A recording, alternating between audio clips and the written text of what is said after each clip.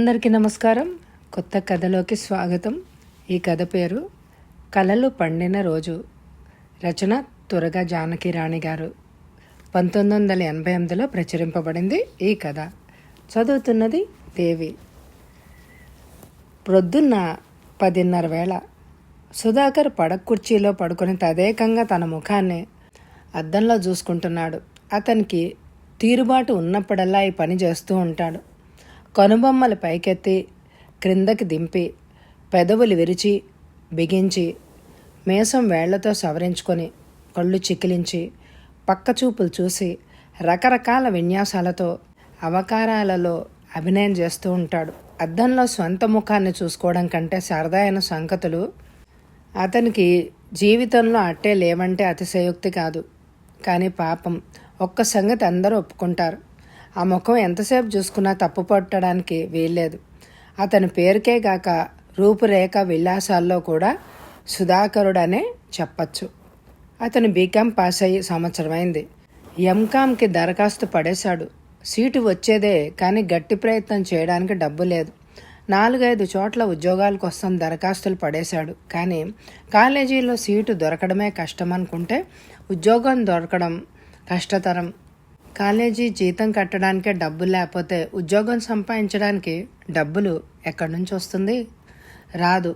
వచ్చిన నాన్న కామేశ్వరరావు చేసిన అప్పులు తీర్చడానికి కావాలి. తనకున్న కొద్దిపాటి శక్తిలో కొడుకును బీకామ్ ఫస్ట్ను పాస్ అయ్యే వరకు విజయం సాధించగలిగాడు. సుధాకరం చెల్లెలు పద్మిని PUC పాస్ అయి ఆపేసింది. ఆ అమ్మాయి తర్వాత వారి 2 ఆడపిల్లలు, ఒక మగపిల్లవాడు స్కూల్లో ఉన్నాడు. వాళ్ళంతా చదువులో గట్టెక్కాలి, పెళ్లి పోటీల్లో నెగ్గాలి. కాబట్టి క్యూలో మొదటివాడైన సుధాకరం తనకి అనువైన పద్ధతిలో ఎక్కడో ఒక చోట స్థిరపడడం అత్యవసరం. అన్నానికి రావుట్రా అన్నది సుధాకర్ వాళ్ళమ్మ రామలక్ష్మి. ఆవిడొక 1/2 గంట నుంచి 2-3 సార్లు చెప్పింది. ఈ చిన్న డైలాగ్ పిలుస్తుంది, మళ్ళీ ఏదో పనిలో పడిపోతుంది, మళ్ళీ గుర్తొచ్చి పాట పల్లవి మల్లే ఆ మాట అంటుంది. స్వీయ సౌందర్యావలోకనంలో పడిపోయిన సుధాకరం 3వ పిలుపుకి అన్నాడు. రామరి, నేను తిని 1 నిమిషం పడుకుంటాను, మళ్ళీ వాడొస్తాడు. ఈ పద్మతల్లి ఎవరింటికో పోయింది, ఎంతవరకు అయిపోలేదు అన్నదామె. సుధాకరం అద్దం కిటికీలో పెట్టి ఒళ్ళు విరుచుకుని వంటిట్లోకి నడిచాడు. కొడుకు గాని భర్త గాని భోంచేస్తుంటే రామలక్ష్మి తప్పనిసరిగా ప్రస్తావించే విషయాలు 2-3 ఉన్నాయి. వాటిలో ఒకటి ఆమె ఇవాళ ప్రారంభించింది. పోనీ కృష్ణమూర్తి గారి ఇంటికి వెళ్ళి ఇంటర్వ్యూ కార్డు వస్తుందో రాదో తెలుసుకోకపోయావురా అని. అది ఒకానొక ప్రైవేట్ కంపెనీ ఉద్యోగం సంగతి సుధాకరం మాట్లాడలేదు. అసలు మాట్లాడు ఈ విషయం. ఆమె కొడుకుని పరీక్షగా చూస్తూ కూర్చుంది. కొంచెం ఆగి, పద్మినికి ఫ్రెండ్ అట, వెంకట్రత్నం గారి అమ్మాయి. ఆయనకి బ్యాంకులన్నిటిలో బోలెడంత డబ్బులు ఉన్నాయట. ఆయన దలుచుకుంటే ఎట్లాంటి వాళ్ళకి ఉద్యోగాలు అవుతున్నాయి. ఎందుకు, మనకు వెన్న తెచ్చే పున్నమ్మ లేదు, దాని కొడుక్కి 225 రూపాయల ఉద్యోగం వేయించాట. చెల్లాయితో కలిసి ఒకసారి వాళ్ళ ఇంటికి వెళ్ళి రాకూడదట్రా అన్నదామె చాలా ఆశగా ఉత్సాహంగా. సుధాకర్ తల్లి వంక చూసి, మనకెక్కడొస్తాయమ్మా, దానికి చాలా పద్ధతులున్నాయి అన్నాడు. నువ్వలా అనుకుంటే ఎలాగూ, నాన్నగారు చాలా ముక్కుసూటి మనిషి, ఆయన పెడితే జరిగే పనులు కూడా చెడిపోతాయి అన్నదామె. ఈ మాట మీద సుధాకరం రాజకీయ నాయకుడికి మళ్ళీ జాగ్రత్త పడి ఏమీ వ్యాఖ్యానించకుండా భోజనం పూర్తి చేశాడు. ఇటువంటి నిరుద్యోగం అనిశ్చిత స్థితిలో మరొక 4 నెలలు సాగింది ఆ ఇంట్లో. 22 ఏళ్ల పొరుగు వయసు సుధాకరం మరో 5 ఏళ్ల వయసు పైబడినట్టు నడవడం సాగించాడు. ముద్దగన్నేరు పువ్వులాంటి పద్మిని స్నేహితురాళ్ల ఇళ్లకు వెళ్ళి వస్తున్నారు. ఒకనాడు కామేశ్వరరావు హఠాత్తుగా భోజనం దగ్గర ఒక ముఖ్య విషయం ప్రస్తావించాడు. అది సుధాకరం పెళ్లి గురించి. రామలక్ష్మి పులుసు బోస్తున్నదల్లా గరిట అట్లాగే పట్టుకొని ఉండిపోయింది. ప్రస్తుత అంశంలో పద్మకి పెళ్లి, సుధాకర్ ఉద్యోగం ఉన్నాయి. కానీ సుధాకరం పెళ్లి లేనేలేదు. వెంకటరత్నం గారి అమ్మాయే అంట. మన పద్మతో చదువుకున్న పెళ్ళేనా? ఎలా ఉంటుంది అన్నాడు. ఇప్పుడు ఎందుకు వచ్చింది ఆ మాట అన్నదామె. ఎందుకో వచ్చిందే గాని పద్మా, అమ్మాయి అని కేకేశాడు. అబ్బా, అది ఎందుకండి? మన ముందు మాట్లాడుకున్నాక కదా పిల్లలతో చెప్పేది. వెంకట్రత్నం గారు అడిగాడా? ఆయన అడుగుతాడా ఏమిటి? ఎవరి ద్వారానో కబురు చేశాడు. చూస్తామేమిటి, వడ్డించక? నాకు టైం అవుతోంది అని హడావిడి పడుతూ భోజనం పూర్తి చేశాడు. మంచి రసపట్టులో ఉన్న నవల చదువుతుండగా మధ్య పేజీలు చెరిగిపోతే ఎట్లా ఉంటుంది? చాలా బాధగా ఉంటుంది. అటువంటి బాధలోనే పడిన రామలక్ష్మి ఆయన వెళ్ళాక కూతురు పద్మినితోనే మిగతా సంభాషణ అంతా సాగించింది. ఎవరా అరుణ? అరుణకి ఇంకో అక్కయ్య ఉందిగా, తనకు పెళ్లి సంబంధాలు చూస్తున్నారు అంది పద్మిని. అల్లాగా? ఎన్నేళ్లుంటాయి ఏమిటే? బాగుంటుందా అన్నది తల్లి. అయ్యో సుబ్బలక్ష్మి, ఏం బాగుండదమ్మా, నాకంటే ఏడాది పెద్దది. ఎందుకమ్మా ఇప్పుడు ఇవన్నీ అంది కుతూహలంగా. ఆ పెళ్ళి ఏమీ బాగుండదన్నమాట బాగా నాటింది రామలక్ష్మి చెవుల్లో. బాగుండకపోవడం అంటే నలుప అన్నదామె సందేహంగా. పెద్ద నలిపేమీ కాదు గాని నోరు అదోలా ఉంటుంది. కళ్ళు కూడా ఏమిటో నాకేమీ బాగుండవు. ఇదంతా ఎందుకంటే చెప్పవేమిటే అన్నది విసుగ్గా పద్మిని. రామలక్ష్మి చెప్పింది సుధాకరానికి ఆ అమ్మాయిని ఇద్దామని ఆలోచన వచ్చిందని. ఛీ అన్నయ్యక అన్నది పద్మిని అసహ్యంగా ముఖం పెట్టి. ఇలా ఇంట్లో యథాలాపంగా ఇష్టాగోష్ఠిగా ప్రారంభమైన సంగతి మరొక 10 రోజులకే పెను సమస్యగా మారి సుధాకర్ మనసులో సుడిగాలిలాగా వీచసాగింది. వెంకట్రత్నం గారు పరపతి గల మనిషి, డబ్బున్నవాడు, అంటే డబ్బు మూలుగుతున్నవాడు. తలుచుకుంటే ఒక్క పూటలో 6గురికి ఉద్యోగాలు, సిమెంట్ లాంటి మంచి సిఫార్సులు చేయగలడు. ఇవన్నీ గుర్తించదగిన విషయాలు. ఇకపోతే సుబ్బలక్ష్మి సుధాకరం కంటే సరిగ్గా 11 నెలలే చిన్నది. చూపులకి ఏమీ బాగుండదు. సన్నగా జబ్బుగా ఉన్నట్టుగా ఉంటుంది. ఆకర్షణ లేదు, అందము లేదు. పచ్చని పసివాడు సుధాకరం ముందు పుష్టిగా దిష్టిబొమ్మకు మళ్ళే ఉంటుంది. ఇవి కూడా గుర్తించదగిన విషయాలే. వద్దు వద్దంటూనే ఇంటిళ్ళ బాధి వెళ్ళి చూసొచ్చారు సుబ్బలక్ష్మిని. రామలక్ష్మి చాలా బాధపడింది ఆ పూట. సుధాకరానికి ఇలాంటి పిల్లనిస్తానడానికి వారికి మనసు ఎలా ఒప్పిందని. పద్మినికి ఆ పిల్లని తన వదినగా ఊహల్లోనైనా ఆమోదించడానికి ఇష్టం లేకపోయింది. కామేశ్వరరావు మనసు తన కొడుకు అభిప్రాయం తెలుసుకోవాలని ఆరాటపడింది. ఆ పిల్ల తన ఇంటి కోడలుగా వస్తే తీరే సమస్యలు చాలా ఉన్నాయి. మొదటి కట్నం సొమ్ముతో కొన్ని నెత్తిమీదకు వచ్చిన బాకీలు తీర్చడం. రెండోది, పెళ్లికి ముందో తర్వాతో సుధాకరానికి లక్షణమైన ప్రొబేషనరీ ఆఫీసర్ ఉద్యోగం రావడం. ఆ రాత్రి సుధాకరానికి తీరుబాటు ఉంది. అందరూ పడుకున్నాక కానీ ఒక్కడు ఒక పుస్తకం ముందు పెట్టుకొని కూర్చున్నాడు. కళ్ళు అక్షరాలని చూస్తున్నాయే కానీ చదివింది అర్థం కావడమే లేదు. పుస్తకాల్లోనూ కథల్లోనూ అబ్బాయిలు అమ్మాయిలు జీవితాన్ని గురించి కలలు కంటూ ఉంటారు. పాపం నిజ జీవితంలోనూ తీరుబాటు ఉన్నప్పుడు కలలు కంటూ ఉంటారు. ఉద్యోగాన్ని గురించి, పెళ్ళిని గురించి. అలాగే పెద్ద కళ్ళు, నొక్కుల జుట్టు అందగాడు సుధాకరం తన సినీ నటున్నైపోతానని కలలు కనడం తప్పులేదు. అంతేకాక తనకి సన్నని పొడవాటి అందమైన అప్సరస భార్యగా దొరుకుతుందని రహస్యంగా ఆశపడ్డా ఆపేక్షపడ్డా ఆశ్చర్యం లేదు. తన కలలన్నీ పండే రోజు వస్తుందని అనుకున్నాడు. రాత్రి ఉదయంగా మారబోతున్న ఉషస్సులో నిద్ర, మెలకువ. కానీ మధురావస్థలో అతనికి కనిపించిన అందమైన అమ్మాయిలో ఎవరో ఒకరు తనకు చేయి అందించే శుభతరుణం రానే రాదేమో. సుబ్బలక్ష్మి పెళ్ళేడు ఆడపిల్ల. అంతకంటే ఆ పిల్లని గురించి ఆలోచించడానికి ఏముంది? ఆమెను చూశాడు.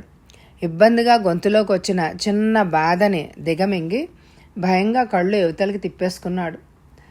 ఆ అరక్షణంలో ఆమె మరింత భయంకరంగా తన వంక చూసింది. ఇదేనా పెళ్లి చూపులంటే? నాన్న చూపుల్లో కొడుకుని గురించి సందేహం, వెంకట్రత్నం గారి చూపుల్లో ఆశ కనిపిస్తే అమ్మ చెల్లి చూపుల్లో బాధ కనపడింది. వాళ్ళు నిష్కర్షగా చెప్పారు ఆ సంబంధం వద్దని. కానీ ఈ కానీ అన్న సందేహంపైనే ఎంతో ఆశ. కుటుంబం భవిష్యత్తు ఆధారపడి ఉన్నాయి. 20 ఏళ్ల నిరుద్యోగి, తన తర్వాత 4 సంతానానికి ఉద్ధరించవలసిన వంశచంద్రుడు. పరిష్కరించవలసిన అతి ముఖ్యమైన సమస్యలు ఒక గుప్పెడు ఈ ఖాళీలో ఇమిడి ఉన్నాయి. అందరి తలలు ఒకేలాగా ఉండవు, అలాగే అందరి కలలు ఒకేలాగా ఉండవు. కొన్ని కసిగాయలుగానే రాలిపోతాయి, కొన్నిటిని దోరగానే చిలకలు ఉడతలు కొరికి పాడు చేసేస్తాయి.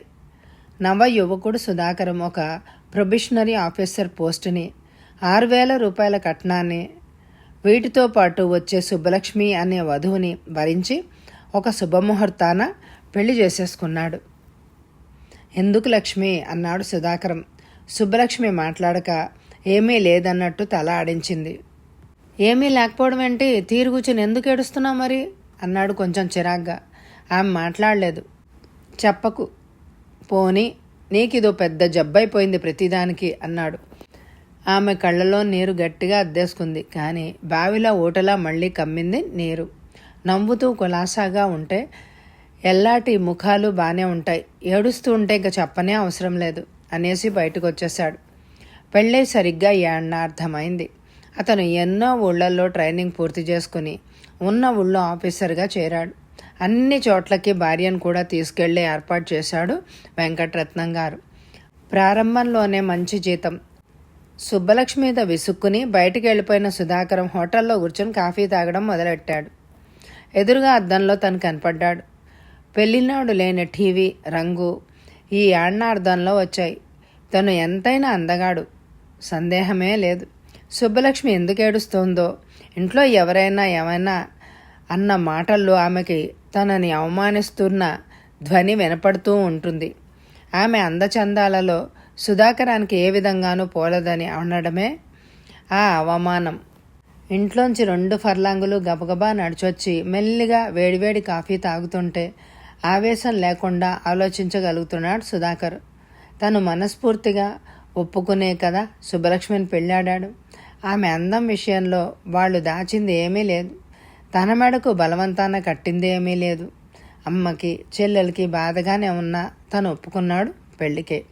వాళ్ళు ఇచ్చే కట్నం, ఇప్పించే ఉద్యోగం చూసి ఒప్పుకున్నాడు. కానీ తనకి సుబ్బలక్ష్మి నిజంగానే నచ్చినట్లు ప్రవర్తించాడు. అప్పుడు అందరినీ నమ్మించగలిగాడు, ముఖ్యంగా నాన్నని. ఇంతకు తను ఆమె మీద విసుకోవాల్సిన అవసరం ఏముంది? ఇందాక తను ఆమె పట్ల అన్యాయంగా ప్రవర్తించాడు, చాలా పొరపాటు. తన చదువు, వివేకం, మంచితనం అన్నీ ఏమైపోయాయి. అందరిలాగే తను అన్నాడు ఆమెని, నీ మొహం బాగుండదని. ఇంటికి చేరిన తర్వాత సుధాకరం ముభావంగా ఉన్నాడు.